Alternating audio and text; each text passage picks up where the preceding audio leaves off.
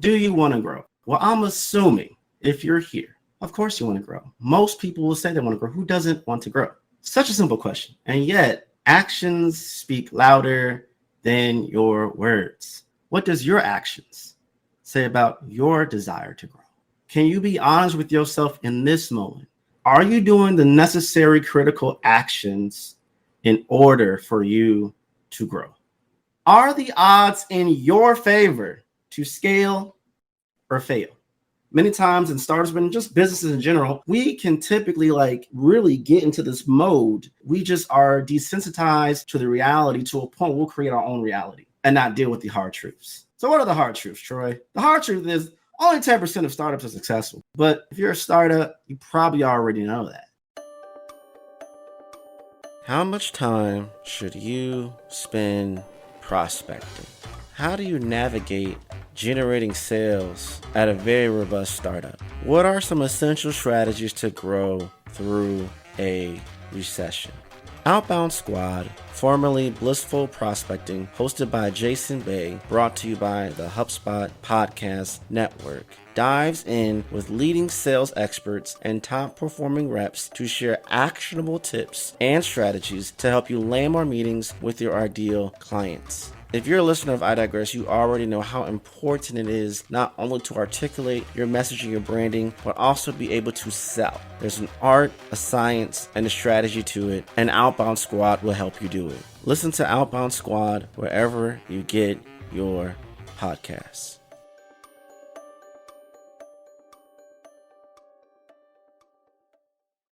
Only 80% of startups survive after year one. How does that make you feel? I'm big on emotional intelligence because based off how you feel and how you perceive yourself, how you position your mind, your business, despite this data saying you're going to fail potentially, all depends on that. And if we're thinking about how to build a growth engine, how to scale, how to really penetrate the market and own the market, it all comes down to your mind. And that's being truthful with yourself. So even though only 10% of startups are successful, you're playing with house money, baby. So you might as well do it. If you're telling me that I have a high chance of failure anyway, just walking in the door, that means everyone's unequal. So therefore, why don't I just put in the work, put in the effort, and make this happen? I believe in truth trajectory.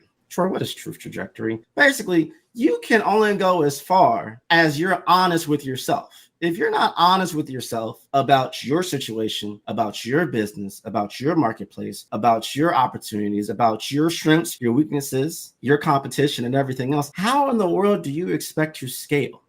Be truthful, no cap, with your trajectory. Be truthful with your business and yourself in this moment. You can't grow if you don't believe. You think about what was in Michael's secret stuff. It was belief. It was believing in yourself. You have to believe in yourself to make things happen.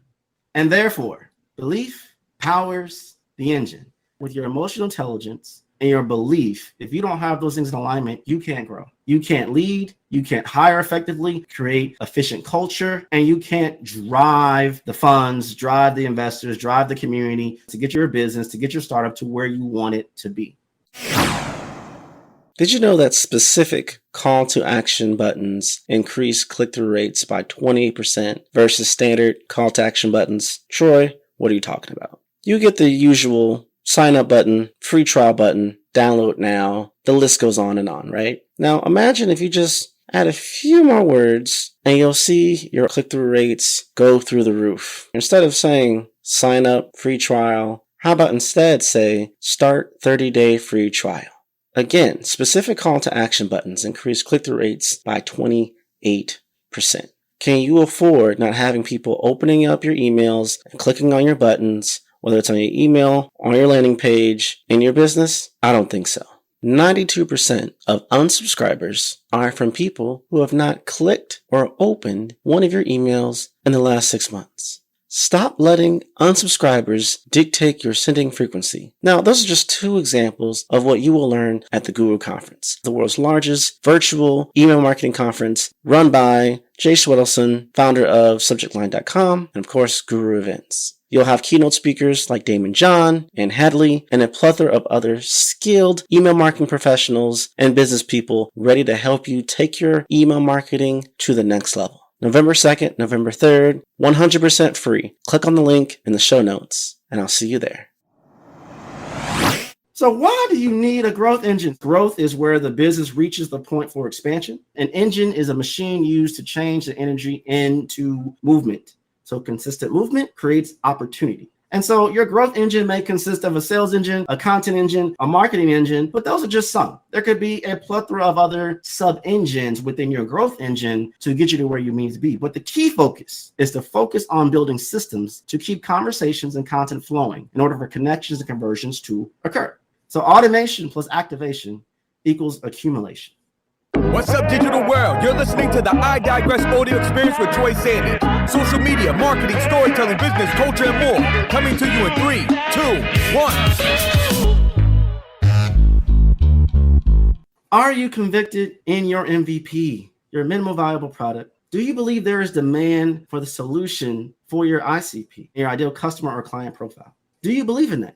And are you convicted of it? Because many times I talk with startups, we talk in these different groups all the time, and they focus on the competition and their MVP and driving it out. But sometimes they're not convicted in it. They don't fully believe in it. And I do believe there's a certain way that you have to manifest your belongingness, your position in your ideal marketplace with your particular product or service or deliverable in order for you to be successful in that. And so how do we align ourselves to answer these two questions? And also, how do we position ourselves to create that growth engine customizable for us? The Clover framework. And it's about clarity, leverage, optimization, vision and value, execution, and results. What we've already talked about was really about the clarity of things. Okay, we know that the odds are against us. We're playing with house money. They say we're going to fail. I'm desensitizing myself to that because I want to be in the 10% that succeed. On top of all that, I want to make sure that I'm growing and scaling. I want to have the right mindset. I want to have the right team. I want to have the right culture. All of that comes down to clarity, right?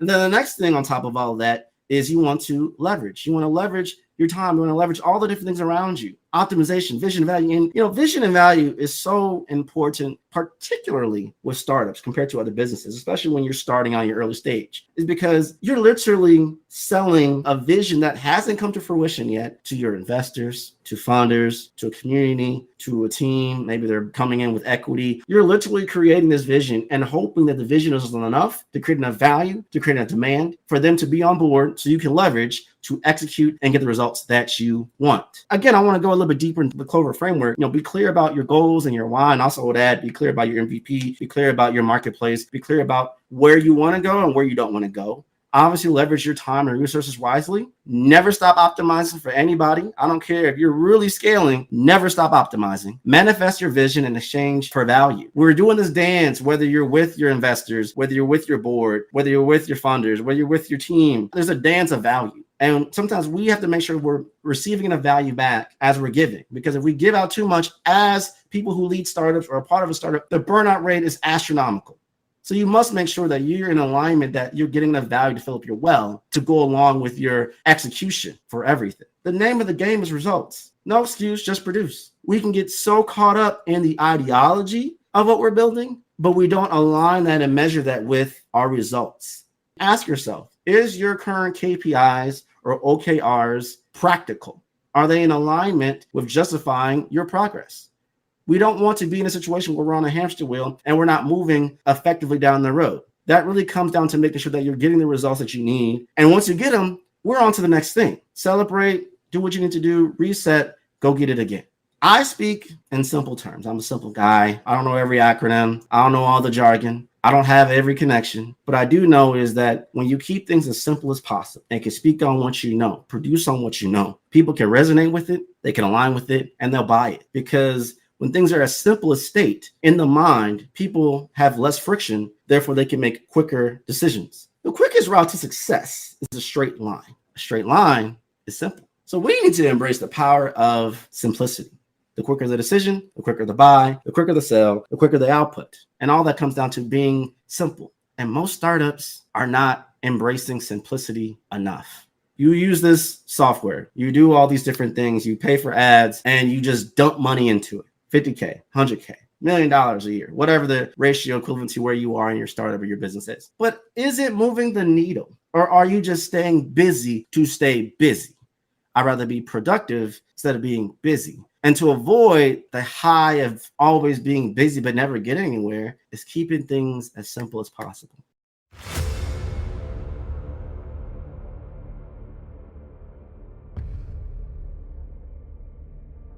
Customer success isn't just about thinking how your customers can win right now.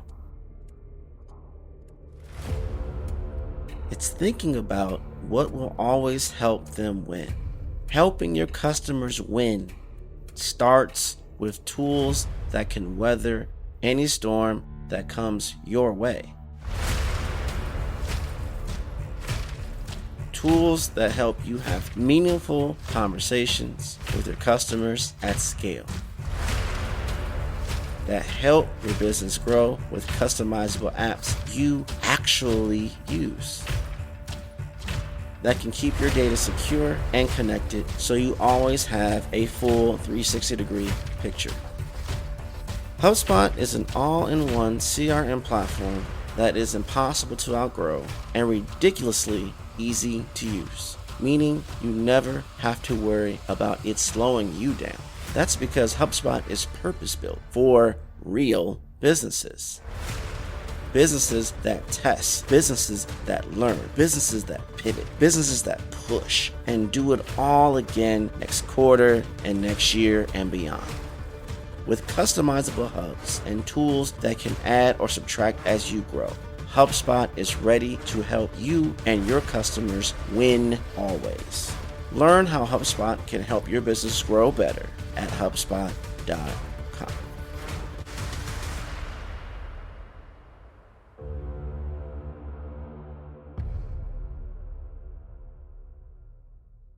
What many startups focus on: go to market as quickly as possible. They want to jump to scaling.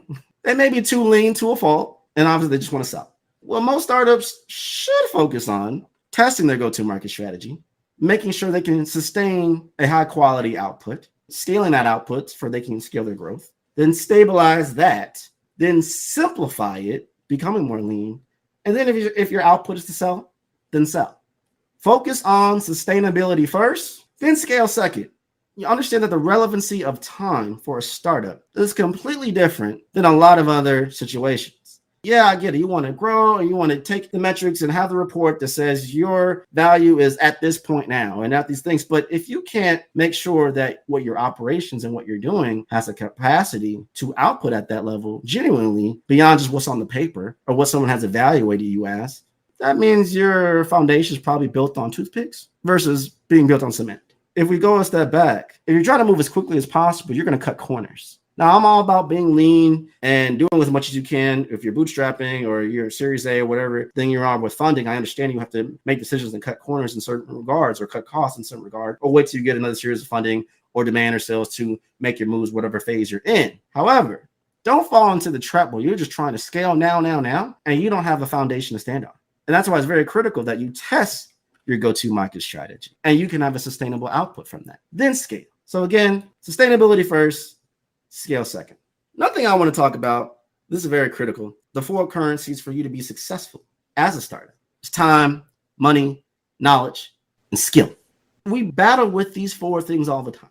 And when you're entering into the startup world, you have maybe one or a few of these things, but you probably don't have all of these things in abundance or where you want it to go. You maybe have enough time, but you don't have enough money. So you're probably bootstrapping or you're waiting for your next series round funding. Maybe you have the skill, but you don't have the full knowledge of all the things involved to make your startup successful. Or maybe you have the knowledge, but you don't have the time because you're working a full-time job while you're trying to develop and scale your startup. Obviously, we can have all 4 unlimited powers, we would. It's like the 99 on NBA 2K. We want 99 stat in all 4, but that's not reality. That doesn't mean you still can't tap into all 4 currencies to position your startup for success. If you have money, you can hire other individuals, whether it's freelancer contractors or bring people on, to take some of your load off to free up more time for you to spend time elsewhere. If you have money, again, you can pay for more knowledge to get the education, to get the understanding, to get the connections, to get the mentors or the coaches necessary to give you the direction for you to do that. or to even improve your skill. Vice versa. If you don't have the money, but you have the time, I convert my time as a barter for skill, and then that skill for knowledge. But it's very critical in this moment to really process and ask yourself, for you to take on something, if you're a few or one of many, how are you implementing your time? Is it worth your time? Is it worth spending your money? And maybe you can do it. It may not be expedient for you to do it because your time could be spent elsewhere. Or if you're going to double down and do that, do you have the sincere skill to make it successful? Maybe you brought it to a certain point and now things have changed. You have to measure yourself against these currencies and make sure that it's in alignment for you to be at your most optimal state. Something people always want to talk about and project: hypergrowth, which is the rapid expansion where your compound annual growth rate is at least 40% or higher, above what you even projected for the year. Everybody wants to achieve hypergrowth. Everybody wants to expand and do what they need to do. Of course, who wouldn't?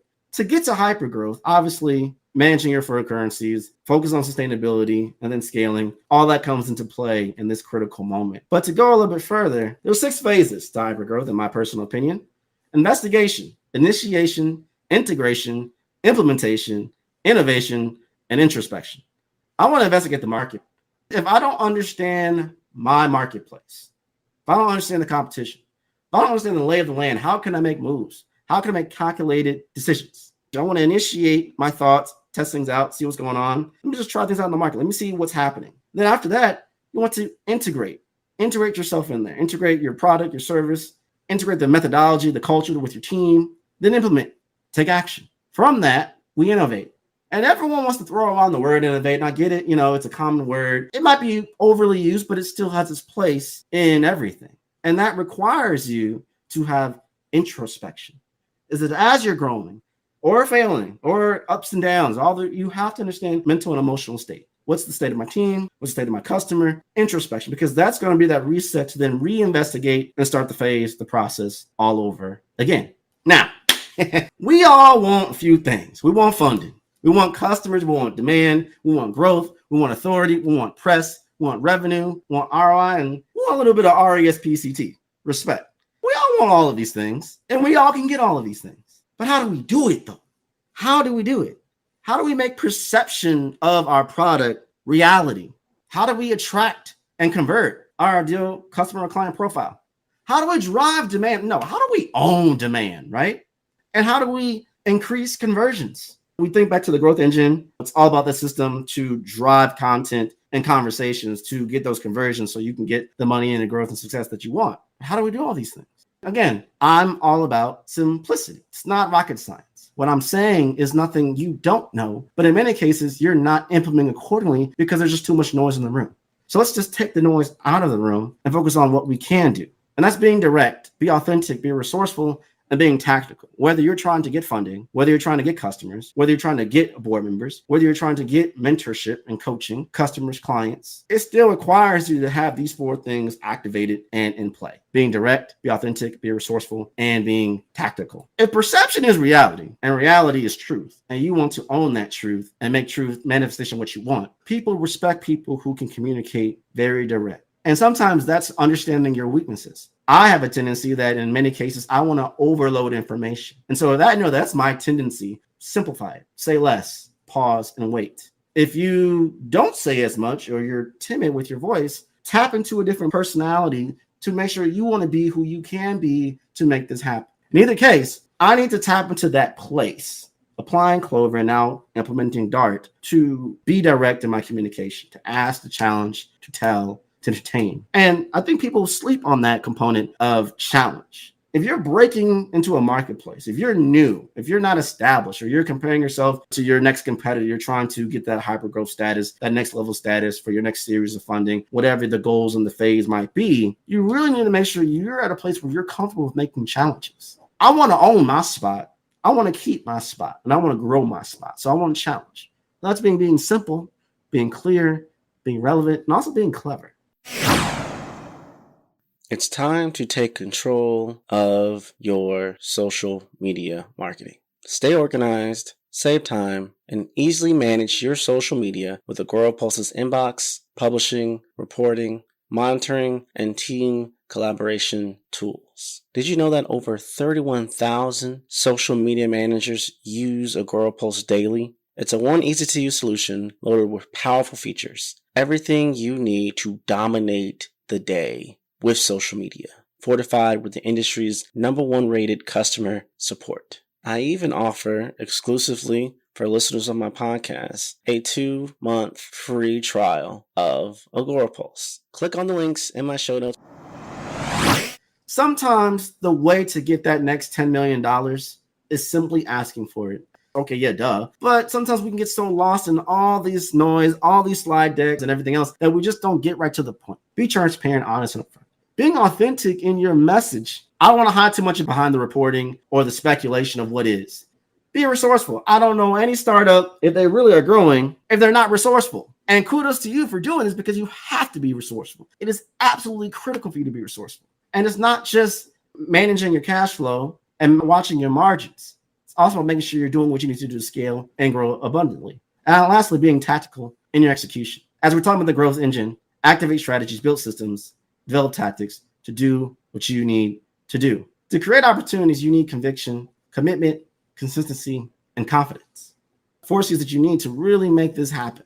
And if you notice, as we come along this way, when we talked about belief and this in the engine, and we talked about Clover, clarity, leverage, optimization, vision and value, execution and results, and we talked about DART and everything else, that still leads into being the conviction in your MVP, convicted in your business, convicted in yourself and your team, being committed and consistent in your reaching out to investors, reaching out to really building that customer, building that brand authority, building that positioning and presence, and being confident enough that when things are rocky, you still can do what you need to do. These 4 things at its core are going to be the differentiator between the startups that succeed that you see a year from now and the ones that are going to shut down in the next 3 to 6 months. If your funding dries up, do you have secondary resources you can turn to? If someone beats you to market, how can you plan to be better? And if your MVP isn't working, what can you pull from it to pivot to another direction? Yeah, Troy, you said we're playing with house money. I'm convicted. I'm committed. I'm consistent. I'm confident. Let's go. I'm going to be direct, be authentic, resourceful, and tactical. All these things is great. Building a growth engine is great. Penetration in the market, doing what you do best, awesome. But what if it takes a sidestep? Are you still going to be as committed, as convicted, as consistent, and as confident to adjust and adapt, always do all possible things accordingly to make it happen? We got to attack these tough questions. We got to know how we're going to make these moves accordingly. You hear all the time now, disrupting the market, right? Let's disrupt the market. Let's make the change. Let's make the difference. Well, we need to rethink the way we are entering and doing and selling if we want to disrupt the market. Now, some things outside of our control will automatically disrupt the market. What has? COVID. Nevertheless, to disrupt requires 3 things. Obviously, want to launch because you can't do anything without launching anything. And then the thing that we sometimes don't do is active listen.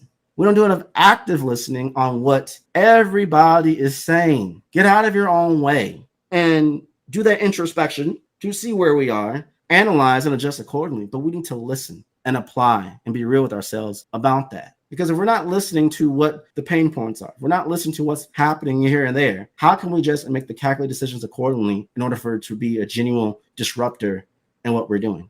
And then lastly, learn from it. We can learn from our competitors. We can learn from our own mistakes. I'm a believer, and this is just me, that I can observe without experience and grow accordingly. I don't have to experience every single failure, every single thing people say you shouldn't do as a startup. I can observe what other people are doing in my particular marketplace, my city, my location, whatever. And from that, adjust accordingly. So launch, listen, and learn to disrupt the market. Now that we've established that and we're talking about disrupting the market, there's 4 E's to disruption: engagement, exclusivity, experience, and emotion. Everybody makes decisions based off emotion, whether by how you've made them feel or how they feel about receiving that product or that service to solve a pain point or to create a joy point. I always have to say, are you the Tylenol or are you the chocolate cake? Now, sometimes if you're trying to solve pain, I'm that Tylenol. If you need joy, I'm that chocolate cake. And so it's understanding, positioning yourself accordingly to create that experience. And most times that experience is through exclusivity, and that exclusivity is sparked through engagement to make that emotion happen. And all from those 4 E's, you make that disruption to own your piece of the pie in the market. Because everything that you're doing is requiring you to engage. And for you to be chosen, you have to provide something very exclusive that differentiates you from somebody else. And from that, you're creating that experience. Experience leads to relationships. Relationships are built off emotion. Emotion is derived by trust. So if I trust you and we have that emotional connection, because now we have this established relationship from a positive experience that you exclusively gave to me based off our engagement, you are therefore a disruptor to this individual. And that individual can now be a buyer, an advocate, an elevator, I like to say the levels of Bay, to help you grow and be successful. And the last thing is my leads generator blueprint. These 5 things as a business you have to do. Incorporating with everything else that we talked about, really establishing that growth engine, attract your ICP to drive the value up for your MVP. And that's just to leverage language to launch. Are you speaking the right language? And in fact, remember what I said about active listening to be a disruptor. You must leverage language to launch. If you're not speaking the right language to someone, how do you expect to attract them? How do you expect them to buy from you? How do you expect them to be an evangelist for you, to go back for you? The next thing is to educate and entertain to enchant. It's not enough to speak endless words of all the things that your startup does if you're not entertaining them on what the possibilities are and what it can be to win their heart. Attract and amplify to activate. Are you a magnet or are you the bullhorn? In certain phases of your startup, you're going to be the magnet. In other phases, you're going to be the bullhorn. You can attribute that to outbound and inbound. Everyone wants to be, I don't want to go do cold calling and I don't want all these different things, but there's seasons where you have to be the bullhorn. There's seasons where you have to be the magnet. And I believe in most cases, you can always be both. And that's always to activate your ICP, to activate opportunities for press, to activate effective marketing, and to activate your growth. The last 2, dream big and distinguish yourself to drive, and share frequently and support often to shine. I said it before that there's enough room for all of us in the sky to fly. And yes, I know only 10% of us may make it, but we don't make it by ourselves. We make it through a collective group, a support group, and community to do so. And if you're not dreaming big enough and distinguish yourself enough, how do you expect to drive that disruption for you to be successful? Think of these things. Leveraging language to launch, educate, intent to enchant, attract and amplify to activate, dream big, distinguish yourself to drive, and share frequently and support often to shine in order for you to position yourself through your growth engine, applying Clover, applying Dart, applying your 4 E's, engagement, exclusivity, experience, and emotion to be the disruptor, to create the growth for your startup business to succeed. And that's a wrap. We hope you enjoyed this episode of I Digress. What was your takeaway? Care to share your thoughts and tag Troy on social media? You can find him on all platforms at Find Troy. Don't forget to like, subscribe, and leave a review or comment for this episode from wherever you're listening. Looking for a marketing strategist to build the structure, strategies, and systems you need to get the success you want and the ROI you desire in your business? Book a discovery call to talk with Troy at findtroy.com. And as Troy's philosophy goes, imagination is the engine, content is the fuel, social media is the highway, marketing is the roadmap, sales is the destination, culture is the GPS. Thanks for listening.